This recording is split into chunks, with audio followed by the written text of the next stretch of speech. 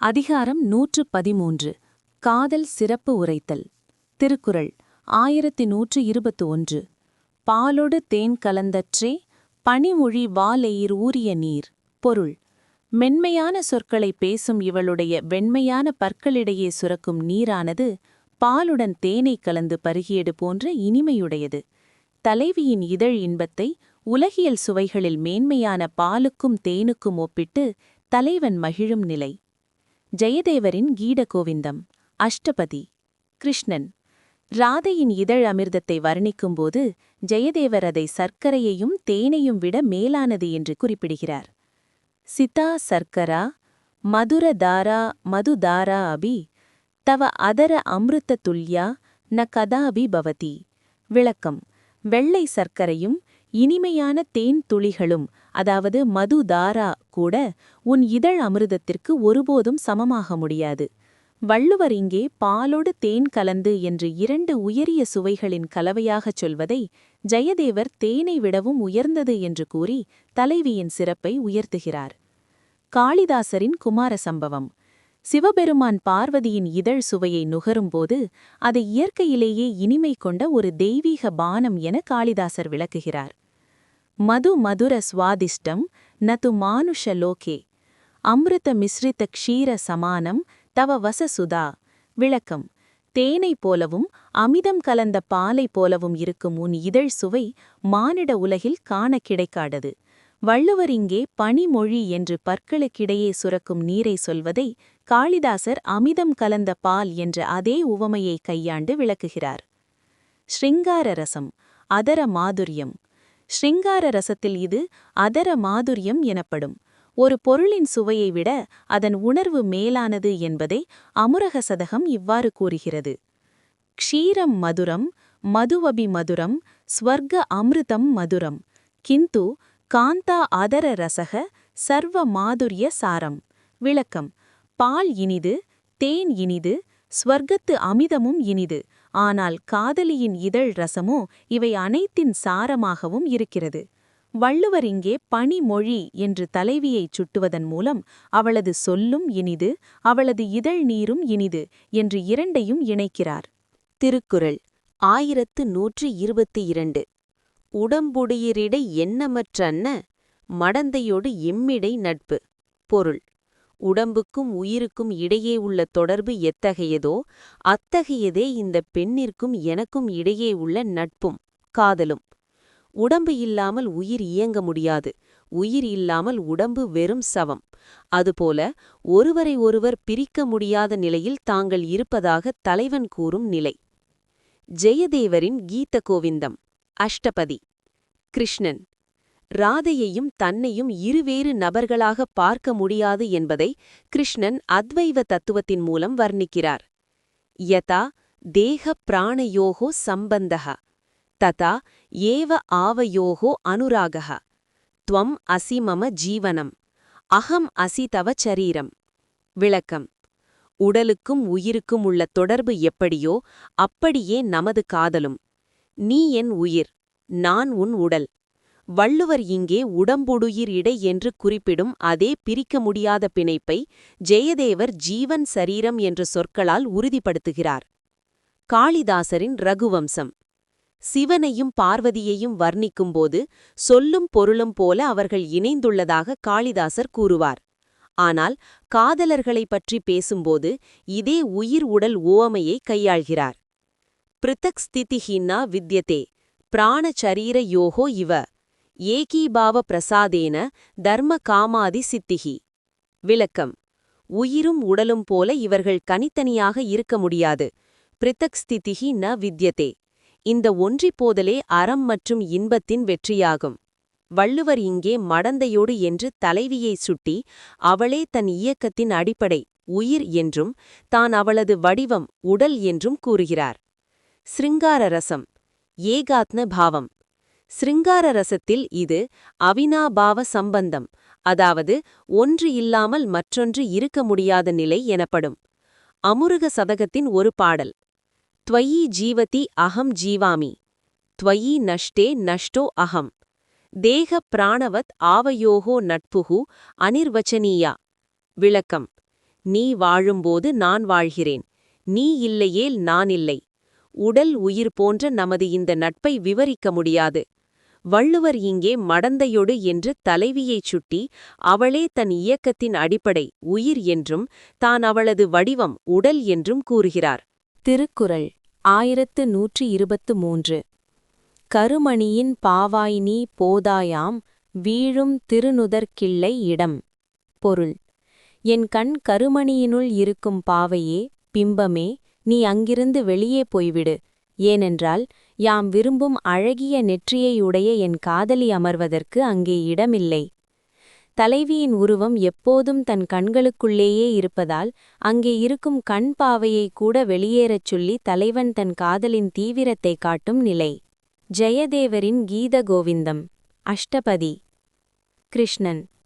ராதையின் உருவம் தன் கண்களில் எவ்வளவு ஆழமாக பதிந்துள்ளது என்பதை கிருஷ்ணன் வர்ணிக்கும்போது அங்கிருக்கும் மற்ற பிம்பங்களுக்கு இடமில்லை என்கிறார். நேத்ரபுடே த்வம் ஏவ விகாசி நான்யத் திருஷ்யதே கிஞ்சித் தவ ரூபம் மம திருஷ்டிபடம் ஆவ்ருத்ய ஸ்திதம். விளக்கம்: ஏ ராதையே, என் கண் இமைகளுக்குள் நீ மட்டுமே வியாபித்திருக்கிறாய். வேறு எதையும் அங்கே பார்க்க முடிவதில்லை. உன் உருவம் என் பார்வை திரையை முழுமையாக மறைத்துக் கொண்டு நிற்கிறது. வள்ளுவர் இங்கே நீ போதாய் என்று கண்பாவையிடம் சொல்வதை ஜெயதேவர் உன் உருவம் எல்லாவற்றையும் மறைத்துவிட்டது என்ற பொருளில் விளக்குகிறார். காளிதாசரின் மேகதூதம். பிரிவில் இருக்கும் யக்ஷன் தன் காதலியின் உருவத்தை கண்ணுக்குள்ளேயே வைத்திருப்பதாக கூறும் பகுதியை காளிதாசர் இவ்வாறு அமைக்கிறார். நயன கமல மத்தியே ஸ்திதம் தவ சித்திரம் அந்நிய ரூப நிவாரணம் கரோதி மம லோச்சன பாவக. விளக்கம்: என் தாமரை போன்ற கண்களின் நடுவே உன் ஓவியம் பிம்பம் நிலை பெற்றுள்ளது. அது வேறு எந்த உருவமும் என் கண்ணுக்குள் நுழையாதபடி தடுத்து காக்கிறது. வள்ளுவர் இங்கே இல்லை இடம் என்று சொல்வதைப் போல காளிதாசரும் வேறு உருவங்களுக்குத் தடை என்று அங்கே இருக்கும் இட நெருக்கடியை சொல்கிறார். சிருங்கார ரசத்தில் இது பாவ சங்கமம் எனப்படும். ஒருவரின் நினைவே உருவமாக மாறி கண்களில் நிலைப்பதை அமுரக சதகம் இவ்வாறு கூறுகிறது. கண்ணின் மணி நீ, மணியின் பாவை அவள். பாவையை நீக்கினாலன்றோ அவளுக்கு அங்கே ஆசனம் அமையும். விளக்கம்: கண்ணுக்குள்ளிருக்கும் பாவையே ஒரு தடையாக தெரிகிறது காதலனுக்கு. அந்த பாவையையே நீக்கினால் ஒழிய தன் காதலியை அங்கே முழுமையாக அமர வைக்க முடியாது என்று அவன் நினைக்கிறான். வள்ளுவர் இங்கே திருநுதல் என்று அழகிய நெற்றியையுடையவள் என்று தலைவியை சுட்டுவதன் மூலம் அவளது முழு உருவமும் அவன் கருமணியில் குடியேறிவிட்டதை உணர்த்துகிறார். திருக்குறள் 1124. வாழ்தல் உயிர்க்கண்ணல் ஆயிழை சாதல் அதற்கண்ண நீங்குமிடத்து. பொருள்: ஆபரணங்களை அணிந்த இவள் என்னோடு கூடியிருக்கும்போது உயிருக்கு வாழ்வு போன்றவள். ஆனால் என்னை விட்டுப் பிரியும்போதோ அந்த உயிருக்கு சாவு போன்றவள். காதலியின் அருகாமை என்பது உயிரின் இருப்பு என்றும் அவளது பிரிவு என்பது உயிரின் முடிவு என்றும் தலைவன் உணரும் நிலை. ஜெயதேவரின் கீத கோவிந்தம். அஷ்டபதி. கிருஷ்ணன். ராதையின் வருகையும் பிரிவும் தன் வாழ்வை எப்படி தீர்மானிக்கிறது என்பதை கிருஷ்ணன் ஒரு உணர்ச்சிகரமான ஸ்லோகத்தில் விளக்குகிறார். த்வம் அசி மம பூஷணம் த்வம் அசி மம ஜீவனம் த்வம் அசி மம பவஜலதி ரத்னம். விளக்கம்: ராதையே, நீயே என் ஆபரணம், நீயே என் உயிர், ஜீவனம். நீ அருகில் இருக்கும்போது நான் வாழ்கிறேன். நீ இல்லையேல் இந்த வாழ்வு பொருளற்றது. வள்ளுவர் இங்கே வாழ்தல் உயிர்க்கு அண்ணல் என்று சொல்வதையே ஜெயதேவர் த்வம் அசி மம ஜீவனம் என்கிறார். பிரிவு என்பது மரணத்திற்கு இணையான வேதனை என்பதை இருவருமே வலியுறுத்துகின்றனர். காளிதாசரின் விக்ரமோர்வசியம். ஊர்வசியை பிரிந்த புரூரவா அவளது நினைவே தன்னை உயிரோடு வைத்திருப்பதாகவும் பிரிவு என்பது தன்னை மெல்லக் கொல்லும் விஷம் போன்றது என்றும் கூறுகிறான். சங்கமே ஜயதி பிராணக வியோகே மிருத்யு சந்நிதக இயம் மே காமினி சாக்ஷாத் ஜீவன மரண ரூபிணி. விளக்கம்: கூடியிருக்கும்போது உயிர் தரிக்கிறது, ஜயதி பிராணக. பிரிந்திருக்கும்போது மரணத்திற்கு அருகில், மிருத்யு சந்நிதக, செல்கிறேன். இவள் எனக்கு வாழ்வாகவும் மரணமாகவும் இருக்கிறாள், ஜீவன மரண ரூபிணி. வள்ளுவர் இங்கே சாதல் அதற்கு அண்ணல் என்று குறிப்பிடுவதை காளிதாசரின் இந்த ஜீவன மரண தத்துவம் அப்படியே பிரதிபலிக்கிறது. ஸ்ருங்கார ரசம் ஸ்திதி லயபாவம். ஸ்ருங்கார ரசத்தில் இது பராவஸ்தை அல்லது ததேக ஜீவனம் எனப்படும். ஒருவரின் இருப்பே மற்றொருவரின் சுவாசமாக மாறுவதை அமருக சதகம் இவ்வாறு கூறுகிறது. யதா சந்நிதானே பிராணவாயுஹு யதா தூரஸ்தே காலதண்டக அனிர்வச்சனீயா இயம் ஆயிழை சம்பந்த மகிமா. விளக்கம்: அருகில் இருக்கும்போது அவள் மூச்சுக்காற்று பிராணவாயுஹு, தொலைவில் செல்லும்போது அவள் யமதண்டம் காலதண்டக. ஆபரணம் பூண்ட இவளது உறவின் மகிமை சொல்லால் விவரிக்க முடியாதது. வள்ளுவர் இங்கே ஆயிழை என்று அழகிய ஆபரணம் அணிந்தவள் என்று தலைவியை சுட்டி அவளது பிரிவை உயிரை பறிக்கும் செயலாக உருவகப்படுத்துகிறார். திருக்குறள் 1125. உள்ளுவன் மன் யான் மறப்பின் மறப்பரியே நொள்ள மற்கண்ணால் குணம். பொருள்: ஒளி பொருந்திய போர் செய்யும் வேல் போன்ற கண்களை உடைய இவளின் குணங்களை நான் மறந்தாலல்லவா நினைக்க வேண்டும். ஆனால் நான் அவளை ஒருபோதும் மறப்பதே இல்லையே. நினைக்கிறேன் என்று சொன்னால் மறந்திருந்தேன் என்று அர்த்தம். ஆனால் இடைவிடாது நினைவிலிருப்பவரை நினைக்க வேண்டிய அவசியமில்லை என தலைவன் தன் காதலின் ஆழத்தை கூறும் நிலை. ஜெயதேவரின் கீத கோவிந்தம் அஷ்டபதி. கிருஷ்ணன். ராதையின் நினைவு தன் இதயத்தில் ஒரு அழியாத ஓவியமாக பதிந்துள்ளதை கிருஷ்ணன் வர்ணிக்கிறார். என் மனசி லக்னம் தன்ன விஸ்மிருதம் ஸ்மரணம் தூ விஸ்மிருத வஸ்துனக காரியம். விளக்கம்: எது மனதில் ஒட்டிக்கொண்டதோ அது மறக்கப்படுவதில்லை. மறந்த பொருளை தேடுவதுதான் நினைவு, ஸ்மரணம் எனப்படும். ராதையே, நீ எப்போதும் என்னுள் இருப்பதால் உன்னை நினைக்க வேண்டிய தேவையே இல்லை. வள்ளுவர் இங்கே மறப்பின் உள்ளுவன், அதாவது மறந்தால் நினைப்பேன் என்று சொல்வதையே ஜெயதேவர் விஸ்மிருத வஸ்துனக காரியம், மறந்த பொருளின் வேலை என்கிறார். காளிதாசரின் மேகதூதத்தில் யக்ஷன் தன் காதலியின் நினைவுகளைப் பற்றி பேசும்போது அவை தன் சுவாசத்தைப் போலவே பிரிக்க முடியாதவை என்று குறிப்பிடுகிறான். நித்ய சந்நிதானே கிம் ஸ்மரண பிரயோஜனம் அவிஷ்ராந்த சிந்தாயாம் விஸ்மிருதிக ந சம்பவதி. விளக்கன்: எப்போதும் அருகிலேயே இருப்பவரை நினைக்க என்ன பயன்? இடைவிடாத சிந்தனையில், அதாவது அவிஷ்ராந்த சிந்தாயில் மறதிக்கு இடமே இல்லை. வள்ளுவர் இங்கே மறப்பு அறியேன் என்று குறிப்பிடுவதை காளிதாசரின் இந்த வரிகள் வழிமொழிகின்றன. காதலி என்பவள் வந்து போகும் எண்ணமல்ல, அவள் நிலையான உணர்வு. ஸ்ருங்கார ரசம் அனவரத ஸ்மரணம். ஸ்ருங்கார ரசத்தில் இது ததேக மனஸ்கம் எனப்படும். அமருக சதகத்தின் ஒரு பாடல். விஸ்மரண அபாவே ஸ்மரணம் குதஹ ஹிருதயஸ்திதா காந்தா ந கதாபி தூரம். விளக்கம்: மறதி இல்லாதபோது நினைவு எங்கிருந்து வரும்? இதயத்தில் அமர்ந்திருக்கும் காதலி ஒருபோதும் தொலைவில் செல்வதில்லை. வள்ளுவர் இங்கே ஒள்ள மற்கண்ணாள், அதாவது ஒளி பொருந்திய போர் செய்யும் கண்களை உடையவள் என்று தலைவியைச் சுட்டுவதன் மூலம் அவளது அந்த பார்வையின் வீச்சு தன் இதயத்தில் ஆழமாக தைத்துவிட்டதால் அவளை மறப்பது என்பது சாத்தியமில்லாத ஒன்று என்கிறார். திருக்குறள் 1126.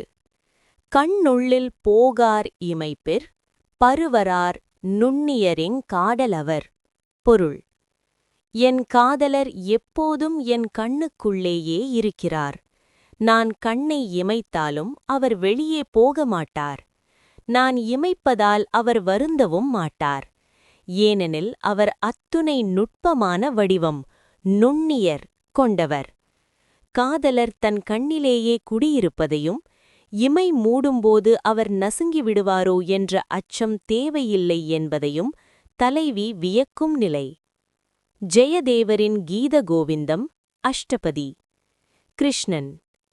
ராதையின் உருவம் தன் கண்ணின் கருமணிக்குள் அத்துணை நுட்பமாக பொருந்திவிட்டதை ஜெயதேவர் சித்திரப்படம் போல வர்ணிக்கிறார். நிமிஷதி நயனே அபி த்வம் மம ஹிருதயே விகாசி அனுரூபா அசி மம திருஷ்டி மண்டலே. விளக்கம்: கண்ணை மூடினாலும் நீ என் இதயத்தில் மலர்கிறாய். என் பார்வை புலத்தில் நீ ஒரு அணுவைப் போன்ற நுட்பமான வடிவில் நிலை பெற்று விட்டாய். வள்ளுவர் இங்கே நுண்ணியர் என்று சொல்வதையே ஜெயதேவர் அனுரூபா என்கிறார். உருவம் பெரியது என்றாலும் காதலின் தீவிரத்தால் அது கண்ணுக்குள் பொருந்துமளவுக்கு நுண்ணியதாகிவிட்டது. காளிதாசரின் விக்ரமோர்வசீயம். தலைவியின் உருவம் கண்ணுக்குள் இருப்பதால் இமைப்பது என்பது அவளை மறைப்பது ஆகாது, மாறாக அவளை தனக்குள் பாதுகாப்பது என்று காளிதாசர் விளக்குகிறார். நிமேஷ தண்டே அபி ந யாதோ மம காந்தா சூக்ஷ்மதேஹேன சா மம லோச்சனே வசதி. விளக்கம்: கண்ணை மூடினாலும், அதாவது கண் இமைக்கும் நேரத்திலும் என் காதலி என்னை விட்டுப் போவதில்லை. மிக நுட்பமான தேகம் கொண்டவள், அவள் என் கண்ணிலேயே வசிக்கிறாள். வள்ளுவர் இங்கே இமைப்பெண் பருவரார் என்று குறிப்பிடுவதை காளிதாசரின் இந்த சூக்ஷ்ம தேகம் என்ற கருத்து வழிமொழிகிறது. ஸ்ருங்கார ரசம், அந்தர்நேத்ர பாவம். ஸ்ருங்கார ரசத்தில் இது அந்தர்நேத்ர சாட்சாத்காரம் எனப்படும். ஒரு பொருளின் ஸ்தூல வடிவம் மறைந்து சூக்ஷ்ம வடிவம் நிலைப்பதை அமுரக சதகம் இவ்வாறு கூறுகிறது. கண்ணை மூடினாலும் காதலர் அங்கேயே இருக்கிறார். அவர் காற்றுக்கும் அணுவுக்கும் மேலான நுண்ணியர் அல்லவா? விளக்கம்: சாதாரணமாக கண்ணுக்குள் ஒரு தூசு விழுந்தால் கூட கண் இமைக்கும்போது அது வருத்தத்தை தரும். ஆனால் காதலர் கண்ணுக்குள் இருந்தாலும் இமைக்கும்போது அவர் நசுங்குவதில்லை, பருவரார். அவர் உடலால் அல்ல, தூய்மையான உணர்வால் அங்கே நிறைந்திருக்கிறார். வள்ளுவர் இங்கே கண்ணுள்ளில் போகார் என்று சொல்வது அவர் பிரியவே மாட்டார் என்ற உறுதியை காட்டுகிறது. திருக்குறள் 1127. கண்ணுள்ளார் காதலவராக கண்ணும் எழுதேம் கரப்பாக்கு கரிந்து. பொருள்: என் காதலர் எப்போதும் என் கண்ணின் உள்ளேயே இருக்கிறார். அதனால் கண்ணுக்கு மை எழுதினால் அந்த மை அவரை மறைத்து விடுமே, கரப்பாக்கு என்று அஞ்சி நான் கண்ணுக்கு மை தீட்ட மாட்டேன். காதலர் தன் கண்ணுக்குள் இருப்பதால் அலங்காரம் கூட அவருக்கு ஒரு தடையாக அமைந்துவிடக்கூடாது என தலைவி கருதும் நுட்பமான நிலை. ஜெயதேவரின் கீத கோவிந்தம் அஷ்டபதி. ராதை.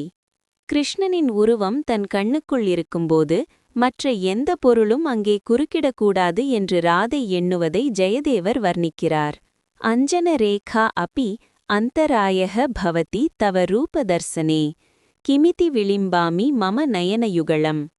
விளக்கம்: கிருஷ்ணா, உன் ரூபத்தை தரிசிப்பதற்கு ஒரு மெல்லிய மை கோடு கூட தடையாக அமைகிறது. அப்படியிருக்க நான் ஏன் என் கண்களுக்கு மை பூசி உன்னை மறைக்க வேண்டும்? வள்ளுவர் இங்கே எழுதேம் கரப்பாக்கு அறிந்து என்று மறைத்துவிடும் என்று அறிந்து மை எழுத மாட்டோம் என்று சொல்வதையே ஜெயதேவர் அந்தராயக என்ற சொல்லால் விளக்குகிறார். காளிதாசரின் மேகதூதம். யக்ஷன் தன் காதலியின் நினைவுகளில் மூழ்கியிருக்கும்போது அவளது பிம்பத்தை மறைக்கும் எதையும் அவன் அனுமதிப்பதில்லை என்பதை காளிதாசர் இவ்வாறு காட்டுகிறார். யதி அஞ்சனம் நயனே தீயதே ததா சித்திரம் திரோஹிதம் பிரியாயாக சந்நிதௌ கா பெய்வத்ராய ரேகா. விளக்கம்: கண்ணில் மை தீட்டினால் அங்கே இருக்கும் காதலியின் ஓவியம் மறைக்கப்படும். அவளது அருகாமை இருக்கும்போது இந்த செயற்கை மைக்கோடு எதற்கு? வள்ளுவர் இங்கே கண்ணுள்ளார் காதலவர் என்று அவர் உள்ளே இருப்பதை உறுதிப்படுத்துவது போல காளிதாசரும் பிரியாயாக சந்நிதௌ என்று காதலியின் முன்னிலையில் என்று அந்த நெருக்கத்தை குறிப்பிடுகிறார். ஸ்ருங்கார ரசம் அந்தர் அலங்கார பாவம். ஸ்ருங்கார ரசத்தில் இது தன்மயாவஸ்தை எனப்படும். புற அலங்காரங்களை விட அகத்தே இருக்கும் காதலரின் உருவமே மேலானது என்பதை அமுருக சதகத்தின் ஒரு பாடல் இவ்வாறு கூறுகிறது. வெளியே மை தீட்டினால் உள்ளே இருப்பவர் மறைவார். உள்ளிருப்பவரே பேர் ஒளியாயிருக்கும்போது மை எனும் இருள் எதற்கு? விளக்கம்: மை என்பது கண்ணுக்கு அழகு தருவது. ஆனால் காதலிக்கு தன் கண்ணின் அழகை விட கண்ணுக்குள் இருக்கும் காதலரின் தரிசனமே முக்கியம். மை தீட்டும் ஒரு வினாடி கூட அவர் மறையக்கூடாது என்பதே அவளது கவலை. வள்ளுவர் இங்கே அறிந்து என்ற சொல்லால் இது அறியாமையால் செய்யும் செயல் அல்ல, காதலின் முதிர்ச்சியால் எடுக்கும் முடிவு என்பதை உணர்த்துகிறார். திருக்குறள் 1128. நெஞ்சத்தார் காதலர் அவராக வேய்துண்டல் அஞ்சதும் வேபாக்கு அறிந்து. பொருள்: என் காதலர் எப்போதும் என் நெஞ்சத்தின் உள்ளேயே இருக்கிறார். அதனால் சூடான உணவை உண்பதற்கு நான் அஞ்சுகிறேன். ஏனெனில் நான் உண்ணும் அந்த சூடு என் நெஞ்சுக்குள் இருக்கும் அவரை சுட்டுவிடுமோ வேபாக்கு என்று அஞ்சுகிறேன். காதலர் தன் இதயத்தில் குடிபுகுந்து விட்டதால் தன் உடலுக்கு ஏற்படும் சிறு வெப்பம் கூட அவரை வருத்திவிடுமோ என தலைவி கவலைப்படும் அதீத காதலின் வெளிப்பாடு இது. ஜெயதேவரின் கீத கோவிந்தம் அஷ்டபதி. ராதை. கிருஷ்ணன் தன் இதயத்தில் உறையும்போது தன் உடலின் வெப்பமே அவருக்கு தடையாக இருக்குமோ என்று ராதை வருந்துவதை ஜெயதேவர் வர்ணிக்கிறார். மம ஹிருதய கமல நிவாசினே கிருஷ்ணாய தாபயுக்த ஆகார பரித்யாக கர்மதர்மக. விளக்கம்: என் இதய தாமரையில் வசிக்கும் கிருஷ்ணனுக்காக சூடான உணவுகளை தாபயுக்த ஆகார நான் துறக்கிறேன். என் உடலின் அனல் அவரை தீண்டக்கூடாது என்பதே என் தர்மம். வள்ளுவர் இங்கே அஞ்சுதும் என்று சொல்லுவதையே ஜெயதேவர் பரித்யாக என்கிறார். காளிதாசரின் குமார சம்பவம். பார்வதியின் தவக்கோலத்தின் போது அவளது இதயத்தில் இருக்கும் சிவபெருமானுக்கு தன் கடினமான தவத்தின் வெப்பம் சேரக்கூடாது என்று அவள் அஞ்சியதாக காளிதாசர் நயமாக குறிப்பிடுகிறார். அந்தர்ஸ்தித ஈஸ்வர தாபபீதித சீதல நிர்ஜர ஜலபானேன ஆத்மானம் ரக்ஷதி. விளக்கம்: உள்ளே இருக்கும் ஈசனுக்கு தன் தவம் வெப்பத்தை தந்துவிடுமோ என்ற பயத்தால் அவள் குளிர்ந்த நீரை மட்டுமே அருந்தி தன்னை தற்காத்துக் கொள்கிறாள். வள்ளுவர் இங்கே வேபாக்கு அறிந்து சூடு ஏறும் என்பதை உணர்ந்து என்று குறிப்பிடுவதை காளிதாசரின் இந்த தாபபீதி வழிமொழிகிறது. ஷுங்கார ரசம் ஹிருதயஸ்திதி பாவம். ஷுங்கார ரசத்தில் இது பரதுக்க துக்கி நிலை எனப்படும். அதாவது தனக்கு ஏற்படும் இன்பத் துன்பங்களை விட தன்குள் இருக்கும் காதலருக்கு என்ன நேரிடும் என்பதே முதன்மையான கவலையாக இருக்கும். அமருக சதகத்தின் ஒரு பாடல். உள்ளே அவர் இருக்கிறார், வெளியே நான் உண்ணும் நெருப்பு அவரை வருத்துமோ. காதல் என்பது தன்னை மறந்தல்லவா அவரை பாதுகாக்கிறது. விளக்கம்: உணவு என்பது உடலுக்கு தேவை. ஆனால் காதலில் உடலை விட இதயத்தில் இருக்கும் காதலரே முக்கியம். சூடான கஞ்சி அல்லது உணவை அருந்தும்போது ஏற்படும் வெப்பம் நெஞ்சை அடையும்போது அங்கே அமர்ந்திருக்கும் காதலருக்கு சுடுமே என்பது ஒரு கவித்துவமான கற்பனை. வள்ளுவர் இங்கே நெஞ்சத்தார் என்று அழுத்தம் திருத்தமாக சொல்வது காதலர் பிரியாத நிலையை உணர்த்துகிறது. திருக்குறள் 1129.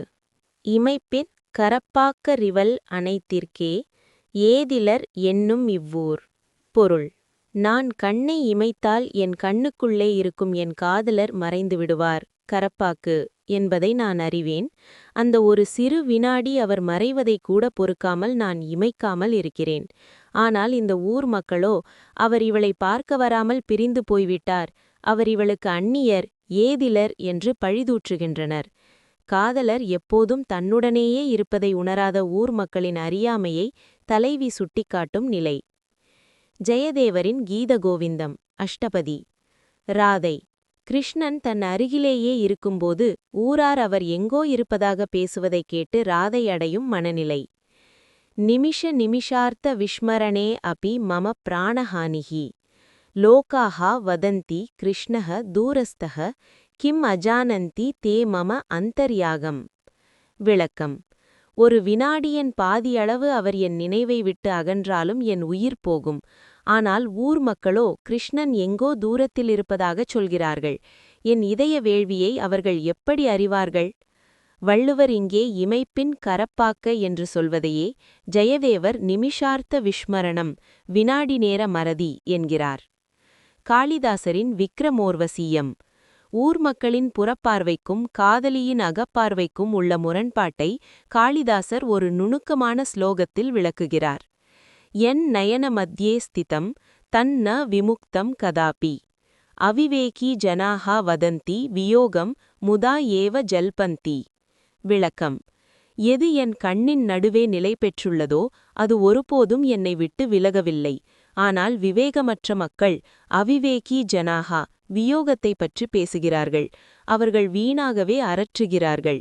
வள்ளுவர் இங்கே ஏதிலர் என்னும் இவ்வூர், இந்த ஊர் அவரை அந்நியர் என்கிறது என்று குறிப்பிடுவதை காளிதாசரின் இந்த அவிவேகி ஜனாஹா என்ற கருத்து வழிமொழிகிறது. ஸ்ருங்கார ரசம் அபராத நிவாரண பாவம். ஸ்ருங்கார ரசத்தில் இது லோகாபவாத உபேக்ஷா எனப்படும். ஊர் பழியை பொருட்படுத்தாத நிலை. உண்மையான காதல் அகத்தே நிகழும் ஒரு அனுபவம் என்பதை அமருக சதகம் இவ்வாறு கூறுகிறது. வெளியே தேடுபவன் அறிவிலி, உள்ளே காண்பவன் காதலன். கண்ணை இமைக்காதவளுக்கு தெரியும் அவர் எங்கே இருக்கிறார் என்று. விளக்கம்: காதலி தன் காதலனை இமைக்குள் வைத்திருப்பதால் அந்த இமை மூடும் ஒரு கணத்தை கூட பிரிவு என்றே கருதுகிறாள். அந்த அளவுக்கு அவளது காதல் நுணுக்கமானது. ஆனால் ஊரார் அவர் நேரில் வராததை வைத்து அவர் உன்னை கைவிட்டு விட்டார், ஏதிலர் என்கிறார்கள். அனைத்திற்கே அந்த சிறு காரணத்திற்காகவே இந்த ஊர் அவரை பழிப்பது தலைவிக்கு வியப்பாக இருக்கிறது. திருக்குறள் 1130. உவந்துரைவர் உள்ளத்துள் என்றி மிகந்துரைவர் ஏதிலர் என்னும் இவ்வூர். பொருள்: என் காதலர் எப்போதும் என் நெஞ்சத்தினுள்ளேயே மகிழ்ந்து தங்கியிருக்கிறார். ஆனால் இந்த ஊர் மக்களோ அவர் என்னை விட்டு நீங்கி தொலைவில் எங்கோ வசிக்கிறாரென்றும் அவர் எனக்கு அந்நியர், ஏதிலர் என்றும் பழிதூற்றுகின்றனர். தலைவன் தன் உள்ளத்தில் நீங்காமல் இருப்பதை உணராத ஊராரின் புறப்பார்வையை தலைவி எள்ளி நகையாடும் நிலை. ஜெயதேவரின் கீதகோவிந்தம். அஷ்டபதி. ராதை. கிருஷ்ணன் தன் இதயத்தை விட்டு ஒரு கணமும் அகல்வதில்லை என்பதை ராதை தோழியிடம் விளக்கும்போது ஜெயதேவர் இவ்வாறு வர்ணிக்கிறார்: ஹிருதய கமல மத்யே விஹரதி சததம் மாதவஹ பஹிர்லோக வாச்சாக மித்யா ஏவ பாசதே. விளக்கம்: மாதவன் எப்போதும் என் இதயத்தாமரையின் நடுவே விளையாடிக் கொண்டிருக்கிறான். விஹரதி சததம். வெளியே உள்ள உலகத்தவர் பேசும் சொற்கள் அனைத்தும் வெறும் பொய்யாகவே எனக்கு தோன்றுகின்றன.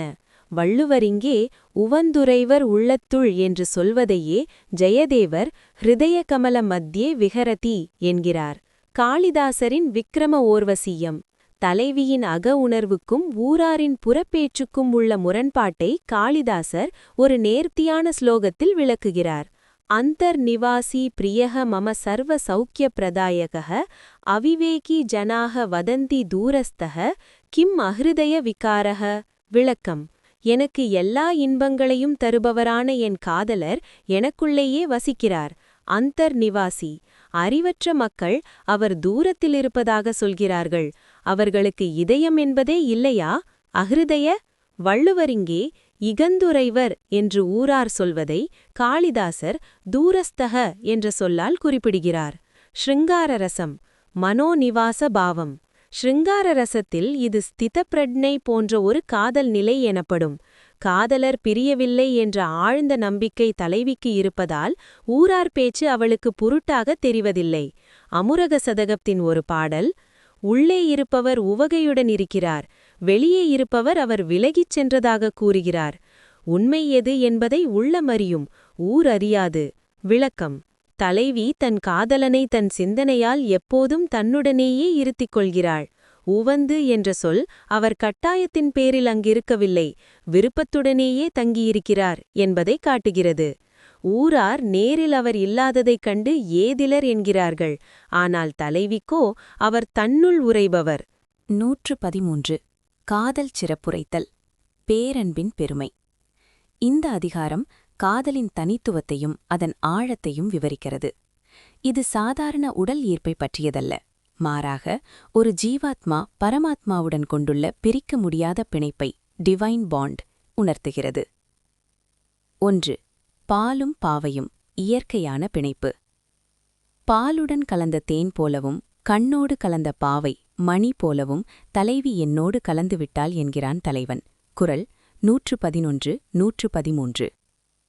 ஆன்மீக பொருள். இதுவே அத்துவைத நிலை. பாலில் கலந்த தேனை மீண்டும் பிரிக்க முடியாது. அதுபோல ஒருமுறை இறைவனை அடைந்த ஆன்மா அவனோடு இரண்டர கலந்து நான் என்ற அகங்காரத்தை இழந்துவிடுகிறது. 2. வாழ்தலும் வீழ்தலும். உயிர்நிலை. வாழ்ந்தால் அவளோடு வாழ்வேன், வீழ்ந்தால் அவளோடு வீழ்வேன் என்ற உறுதியை தலைவன் கொள்கிறான். குறள் 114. ஆன்மீக பொருள்.